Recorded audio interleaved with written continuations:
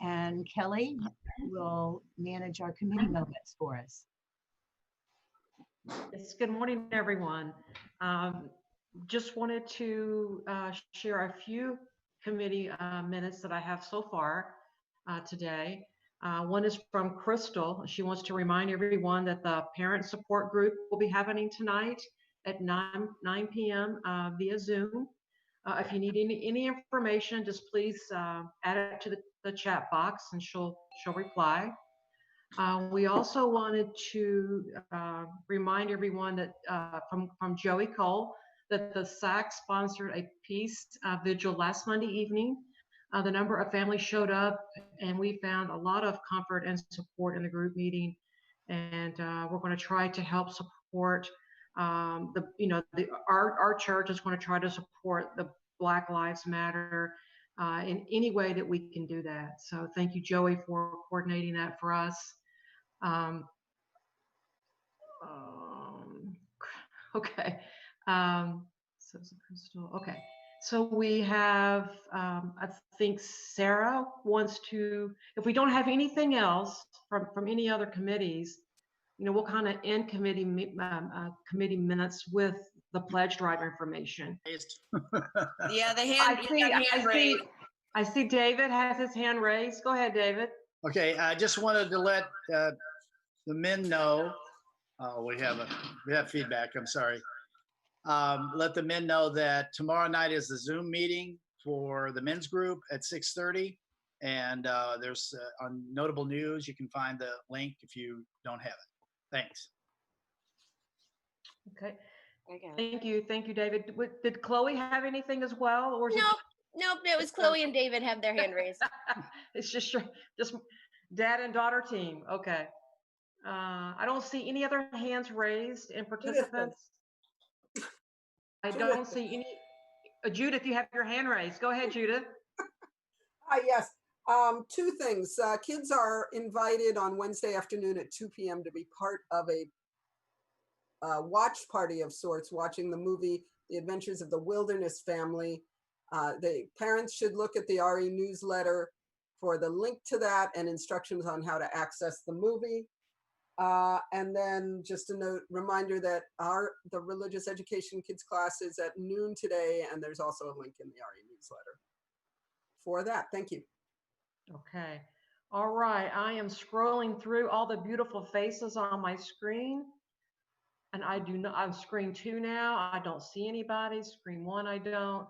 No hands raised and no chat messages. So I think, Sarah, we're going to go ahead and turn it over to you.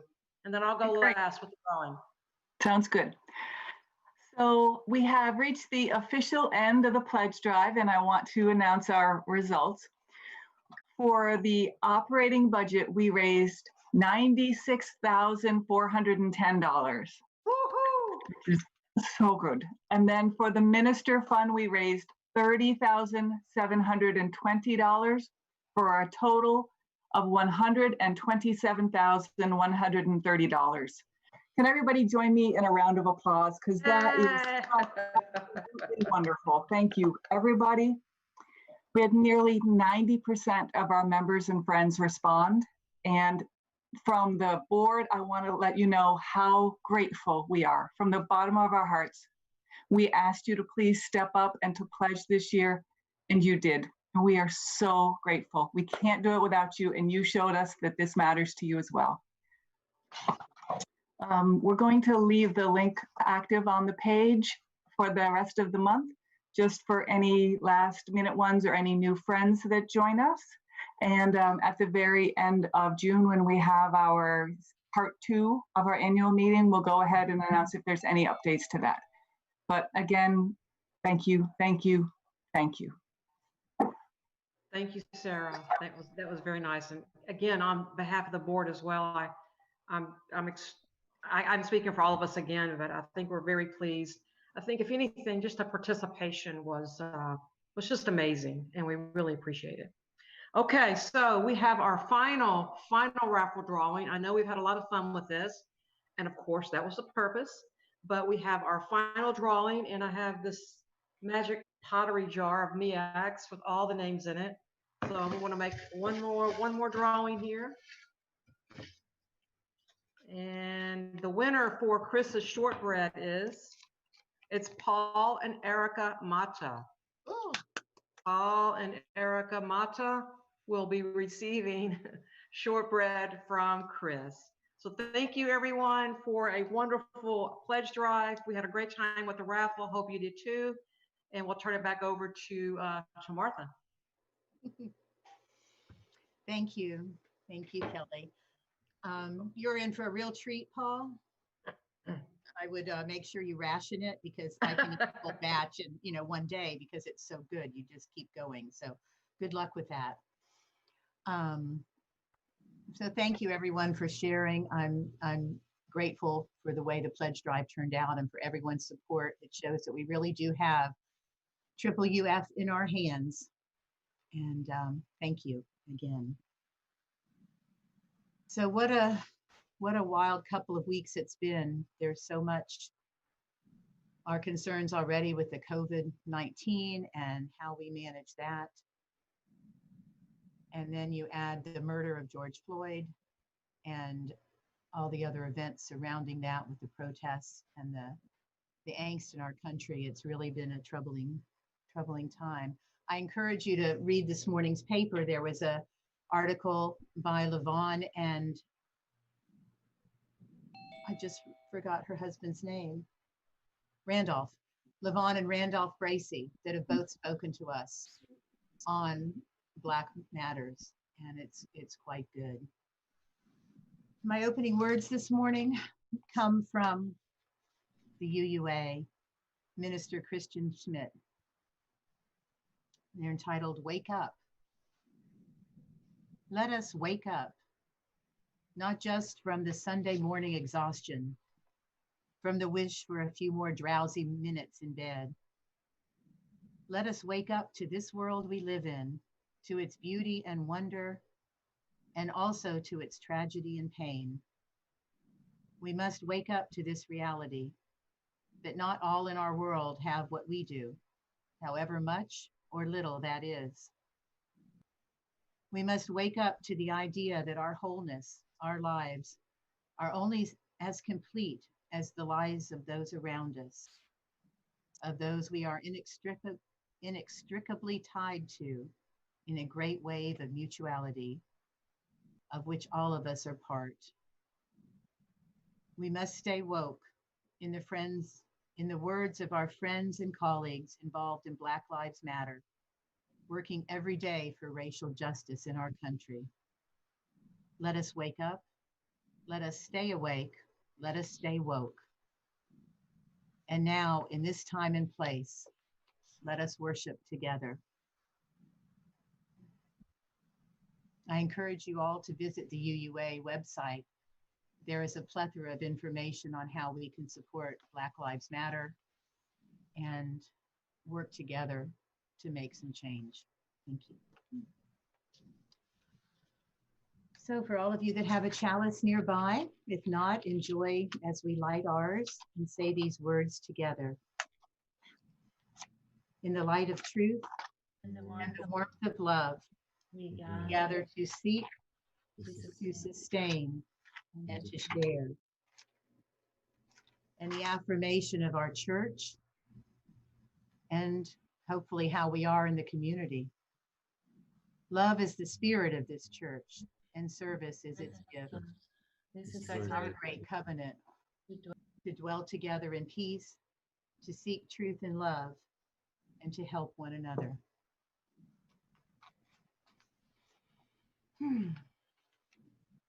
I saw a few guests this morning. We appreciate that and welcome you here. It's a pleasure to see all the faces, familiar and unfamiliar. We hope you'll come again.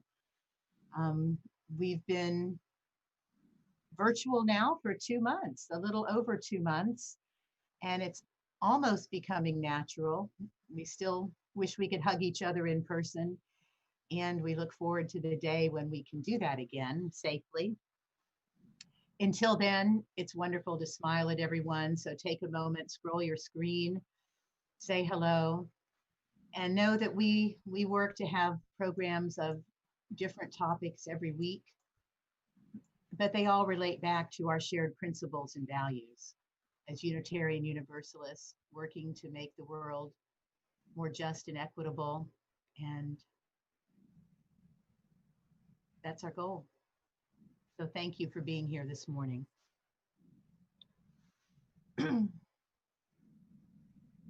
One of our traditions in this congregation for 27 years has been our sharing of joys and concerns, those moments that have impacted our lives in the past week, or maybe a little longer if we haven't been here to share. So I'm going to ask Crystal Bechtold to unmute and know that she will scan for waved hands. She will look for waved hands in the participant chat, and she will read the chat. So thank you, Crystal, for managing this for us. Good morning, everyone. I am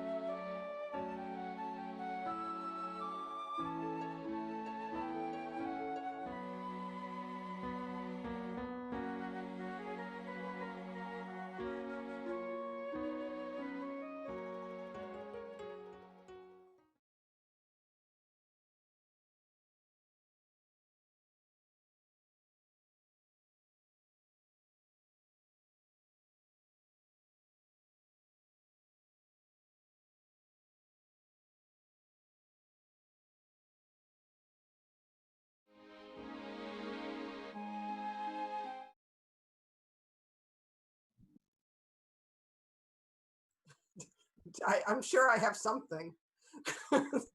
I muted before I finished talking. I got to work on that. Fellow University Unitarian Universalists. Yes. I do have something this morning. Usually the Time for All Ages is a piece, is something a little entertaining. Sometimes when we can be together, I try to set it up to be interactive. We've been doing a lot of stories. Today, I'm going to give a little lecture, short and sweet, so we can move on to beautiful music by Marilyn. However, I feel I need to, oops, hold on a moment. Let's see, make sure I start in the right place. I feel I need to give a few things that apply to both our children and our adults.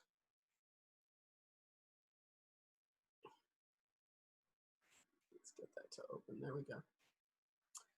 Things we need to know right now to be part of to be part of the solution. This slide is a difficult one.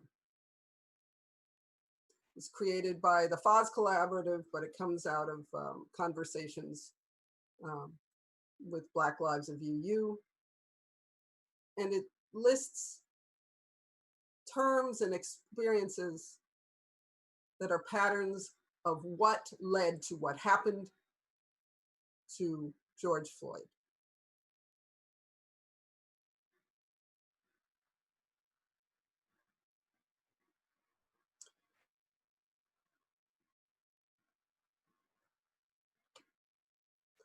Here are ways we can be part of the solution as white allies, as people, both our children and we can do things that don't necessarily mean going into a protest. We can attend Know Your Rights trainings, and I can get you links to those. We can do fundraising. We can offer to be an emergency contact for those who do go to protests. We can provide childcare, and this is a scary one right now, right, because of COVID-19, but people need childcare, and if someone's going to a protest, they need a place for their kids to be safe. We can listen deeply. And that means we stop putting ourselves forward and we just sit and hear what people of color have to tell us.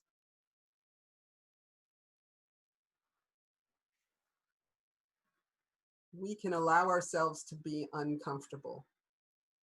We're being told things we don't like to hear, that we are inherently, we have inherent within us worthiness, and we are also inherently racist. All of us. It's a fact. We don't mean to be. So what we can do is be uncomfortable knowing that and do something to change how we behave. We can spend our money with businesses owned by people of color, and we can generate lists of that. Now, that does not mean we are not spending money wherever we spend money. That means we're also making intentional decisions. We can read for ourselves and read to our children books and articles by people of color, which means that we're not telling our kids what people of color feel. We're letting people of color tell us what they feel, which is decentering, right, our whiteness. And I speak to our whiteness. Our entire room is not necessarily not people of color, but I would say a majority of our room is. And that's who I'm speaking to. Choose to help or call for helpers instead of the police. Or consider when it's appropriate to call in the police. Colin Kaepernick, this is needs an apology. Here's a way to do it. Ask the NFL.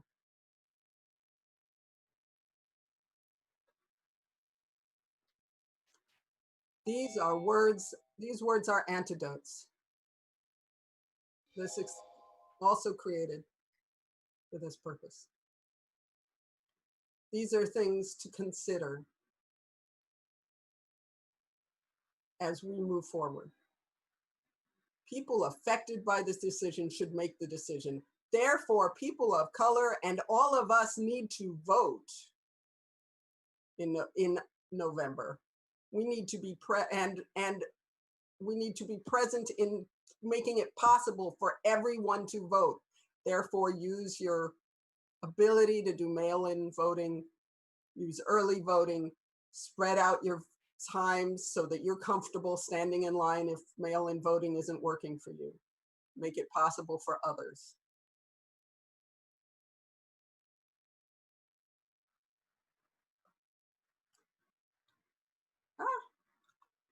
I thought I had one more slide. I guess not. That's it.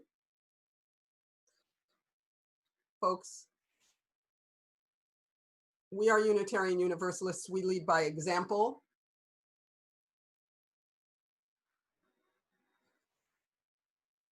do what you can. You don't have to do everything, but you can do something. Just one thing is better than not doing anything. And setting that example for your kids and your grandkids and your next door neighbors is also important. That's my message to all ages today.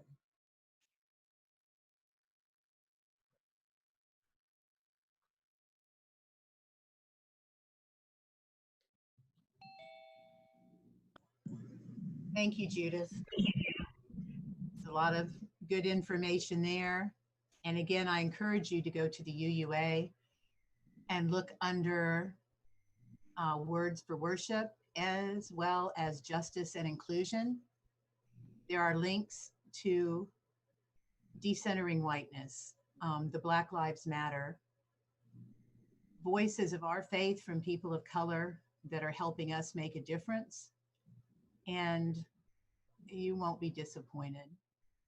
There's a lot more for us to learn and a lot more for us to figure out how to be in community with those who need our help, our white privilege that maybe we don't ask for, and we don't, we can say, as someone in the news said, that we didn't have anything to do with this, but we do. We benefited from it for years, and we need to start really understanding it and moving things forward. In that spirit, our interlude and offering today, again, we encourage everyone to turn off their video just for this time. We're going to be blessed with an original work by Marilyn Fermanich, who is going to sing live for us.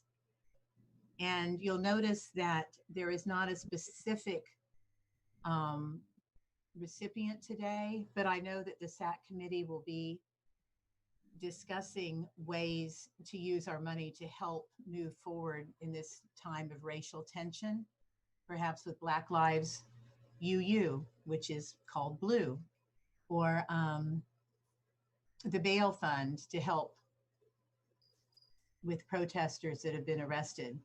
So we're going to be talking about that, and welcome your ideas too. SAC@universityuus.org. The more people we have working on that, the better. So while you're listening to Marilyn, I encourage you to find the donate button or sit back and listen and do that later. Thank you.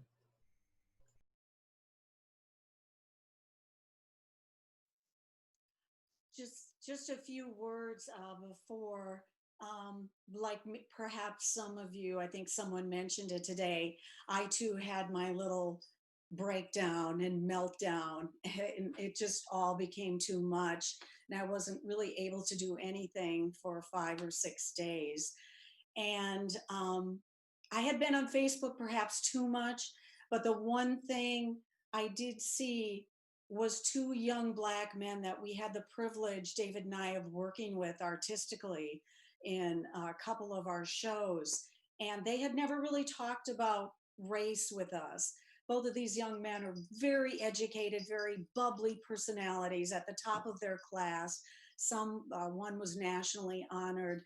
And to see their pain come out on Facebook, I mean, to see just this incredible, the incredible amount of pain and anguish that they were experiencing. That is something that I had never seen in them before. And in Richmond, I got to actually experience the riot. He held his phone the entire time. I shouldn't say riot. They were peacefully demonstrating, and then to see the tears of the tear gas thrown in at a completely peaceful demonstration. It was like I saw it through his phone firsthand, and the anguish he was feeling over just trying to peacefully demonstrate. Caused me to write these words. Like I said, I was immobilized, and finally I thought I should eat something. So I was driving to Panera and just kept pulling over on the side of the road to write the words.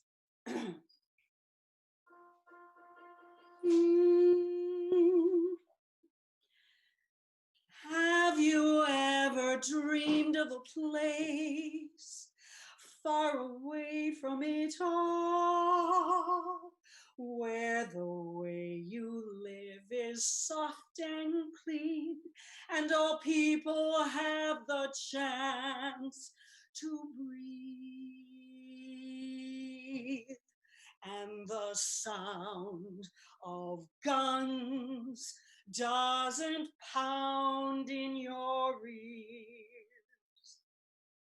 Have you ever dreamed of a place far away from it all, where the winter winds will never blow, and decency returns and grows, and the sight of pain doesn't pound in our brain anymore? Many miles from yesterday, before the cans of tear gas stung your lungs, there's a lost nation just searching for peace. There's a lost nation where the feel of love wants to beat in our hearts once again.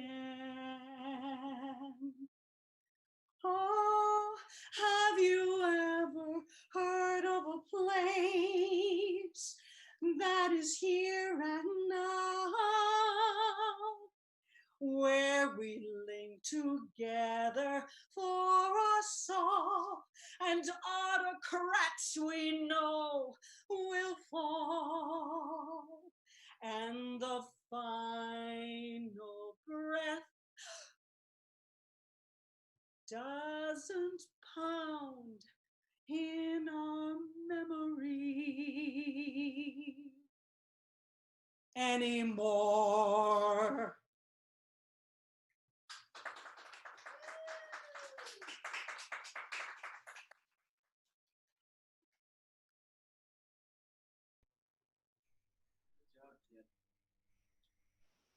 Thank you, Marilyn.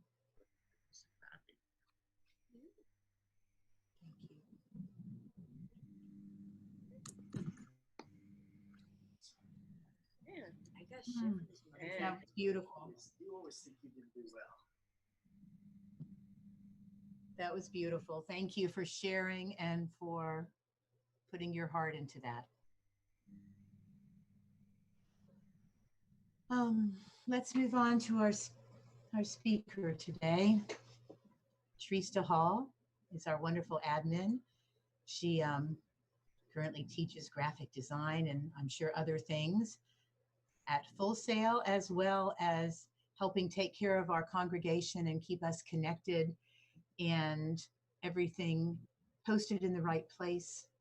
And you might check the chat room, Marilyn. There's lots of loving comments coming in. So I'm going to turn this over to Triesta to share with us how to go with the flow.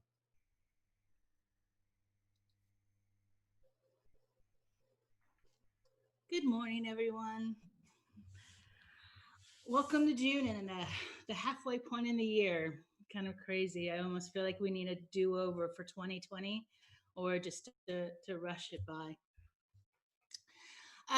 Okay, so first, before I get started, I feel like I need to say I'm coming live from the dog park. There's a dog in the background, so if I go mute real quick, it's because I have really crazy dogs that I've locked up that they've decided they wanted to bark anyway. Okay, so I can go ahead and I'm going to build the scene for you. So picture this. It's a hot, muggy December night. The sounds of the mosquitoes buzzing, frogs serenading, and the occasional wild dog howling in the distance were drowned out by the Amazonian icaros, or songs, as the shamans chanted and drummed. I was in an Amazonian ceremonial house in the middle of a Peruvian jungle, and it is pitch black. I drank ayahuasca about 15 minutes ago, and I'm beginning to hear the stirrings of reactions from others who took the potion before me. Absent the sense of sight, my other senses jump to attention. You're supposed to set a wish or focus for the night, and I decided that night I wanted to see who God was. It's no small ask. Ayahuasca has a designation of being an entheogenic substance whose origins in Greek means becoming divine within. I figured I would see it in a way it was supposed to be used. But the next 8 hours can only be described as a descent into hell. All around me, people were screaming and crying, purging from the onset of the ayahuasca and probably also the unclean river water used to mix the tea. People were scrambling around the room, screaming, fighting demons only they could see. There's a huge scientific reason for this as well. DMT, the active ingredient in ayahuasca, is a hallucinogen, same family as LSD or mushrooms. I began to feel the effects of the brew, but by then the terror was at an all-time high. Science and logic were gone. I had the vision of a Native American chief in front of me, and I was admonished that our people don't do this to see God. You see, we also have the fable of a cradle baby, Native American link in our family, and I wanted to know more. I was then informed I would be kept safe this night, but I was never to do it again. I then saw, in quotes, a vision of my mother in my mind. She called me a childhood nickname, and I focused on her to ride through the night. What I got to see that night is that the darkest place is the human mind. There's nothing on the outside that could harm us as much as we harm ourselves. Historically speaking, science and spirituality have been an either-or prospect. If humans couldn't find a scientific explanation, then it must be a mythology. Spirituality became the catch-all to explain what immature science could not. For instance, sunrise and sunset were described in ancient Greece as Helios, who rides his chariot across the sky. I would like to put forth that the relationship between the two is more supplemental rather than opposition to each other. Science, like spirituality or philosophy, if you're more comfortable with this term, is concerned with the nature of existence and the meaning of life. It looks to explain the mystery of the system. I will explain more.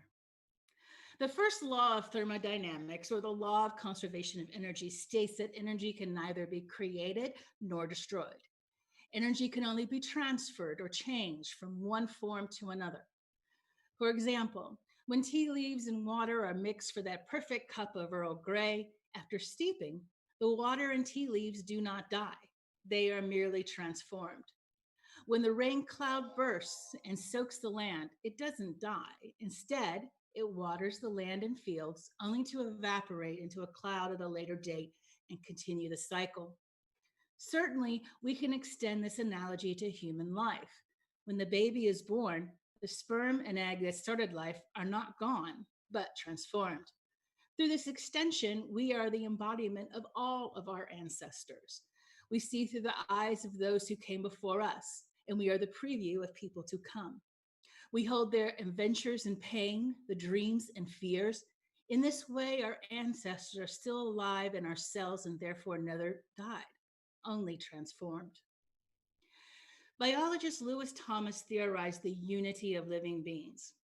This represents not only the connection between Earth and man, but also his great belief in the unity of living beings. Thomas, in seeing the world as a cell, saw it as a unified body in which everything was linked. He saw the symbiosis that exists between cells as also existing between all life forms on this planet. And our recognition of this interdependence is key to our survival and dependent development as a species. This is the way that life exists in the rest of nature. We must realize that this is how we fit in.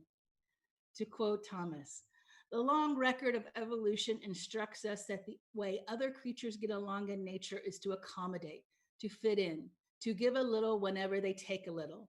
The rest of life does this all the time, setting up symbiotic arrangements whenever the possibility comes into view.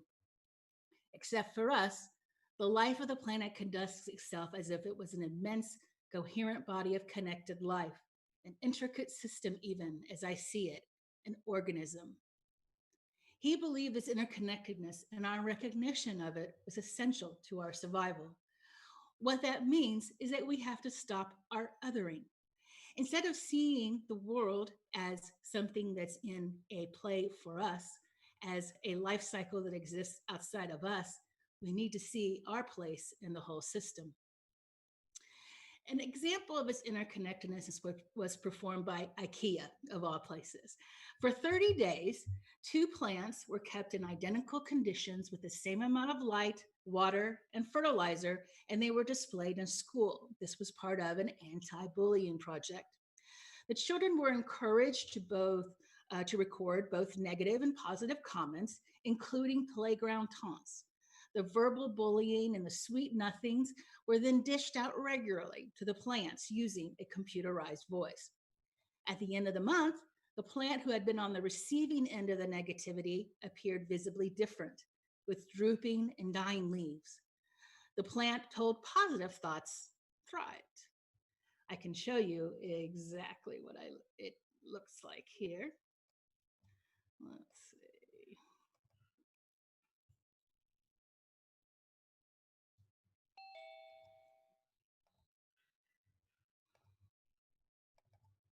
Okay. And here's some images. As you can see, this is the image of the school. The 2 plants were very near each other, and there were speakers where people would speak. Here's the plant that was loved and cared for every day. And as you can see, the plant who was bullied, withered, and died. And the only thing that was different was the input that it received verbally.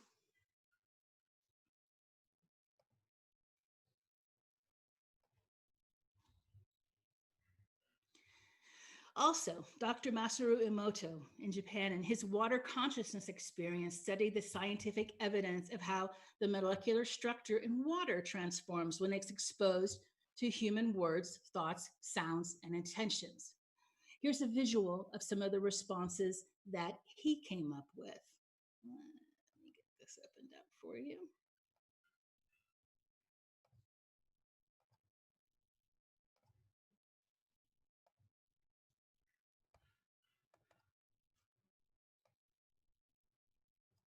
Okay, so what would happen is that there would be a microphone that's next to a tank of water, and different words or songs were played next to the water, and then the molecules were placed under a microscope to see how they reacted to each sound. As you can see here, the sounds of Mozart's symphony or John Lennon's Imagine, the word love, thank you, and peace all drew very different but beautiful water molecule structures. Words like I will kill you caused chaos on the structural and molecular level. This was also the last 2 photos here on the right were very interesting experiment. In Japan, they have an area called Fujiwara, and the dam that for a lake there is considered some of the most toxic water in the country. This is an image of the molecular structure of the water in the Fujiwara Dam. And after a Buddhist monk said a prayer over the water for an hour, as you can see at the bottom, how just in a very small amount of time brought it back to a very beautiful structure. So what's interesting is that one thing we cannot forget, humans are at least 75% water. So how do the words that we say to each other affect us? A cup of water contains the whole sea, but you can never walk in the same river twice. The theory of implicate order with David Bohm contains an ultra-holistic cosmic view. It connects everything with everything else. In principle, any individual element could reveal detailed information about every other element in the universe. In other words, everything is a microcosm of the bigger part. The central underlying theme of Boehm's theory is that the unbroken wholeness of the totality of existence as an undivided flowing movement without borders. During the Vietnam War, Buddhist monk Thich Nhat Hanh witnessed the abuse and torture of people trying to flee his country by boat. One story in particular touched him. In this, pirates overtook a boat where they murdered a man and raped his preteen daughter. After the incident, the girl took her own life. In his own words, when you learn of something like that, you get angry at the pirate. You naturally take the side of the girl. As you look more deeply, you will see it differently. If you take the side of the little girl, then it is easy. You only have to take a gun and shoot the pirate. But we can't do that. In my meditation, I saw that if I had been born in the village of the pirate and raised in the same conditions as he was, I would now be the pirate. There's a great likelihood that I would become a pirate. I can't condemn myself so easily. In my meditation, I saw that many babies are born along the Gulf of Siam, hundreds every day. And if we educators, social workers, politicians, and others do not do something about the situation, in 25 years, a number of them will become sea pirates. That's certain. If you and I were born today in those fishing villages, we might become sea pirates in 25 years. If you take a gun and shoot the pirate, you shoot all of us, because all of us, at some extent, are responsible for the state of affairs. After a long meditation, I wrote this poem. In it, there are three people, the 12-year-old girl, the pirate, and me, Thich Nhat Hanh.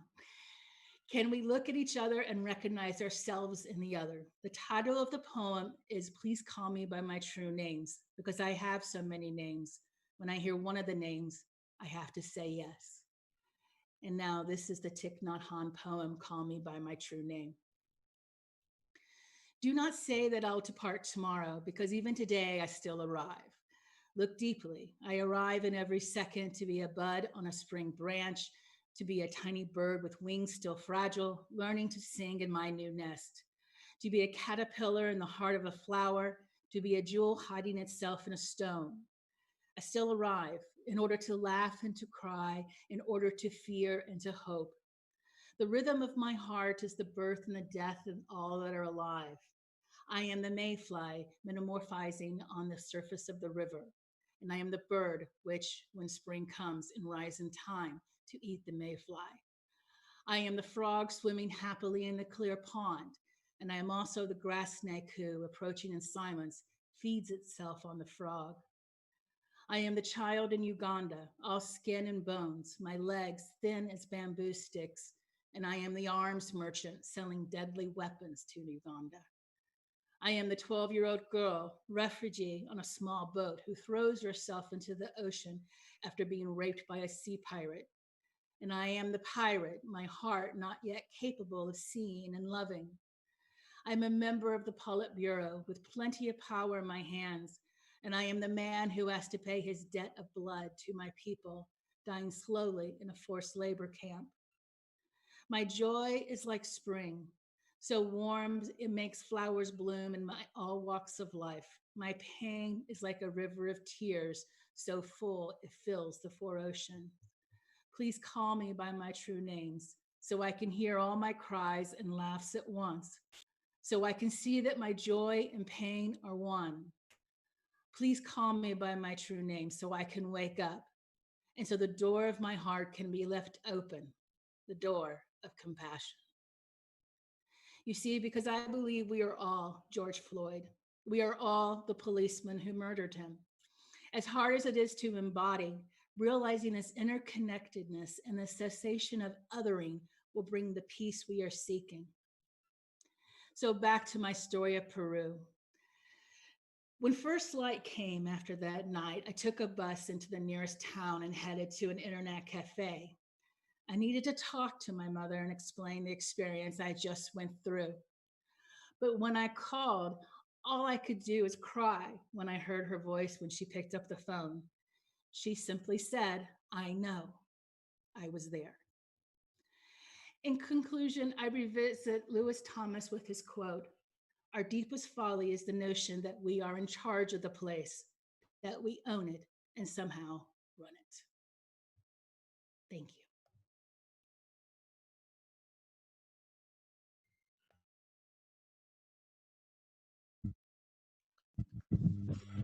Very nice, Trista. Wonderful. Thank you. Thank you. Wow. So much more than I anticipated just from the title.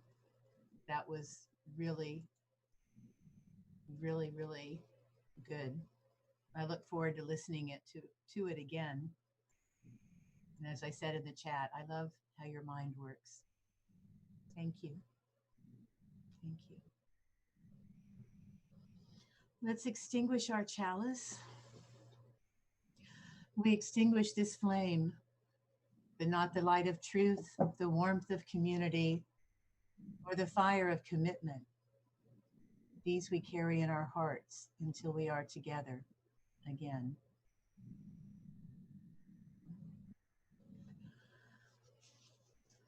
My closing words from a Jean M. Ricard, another UU minister.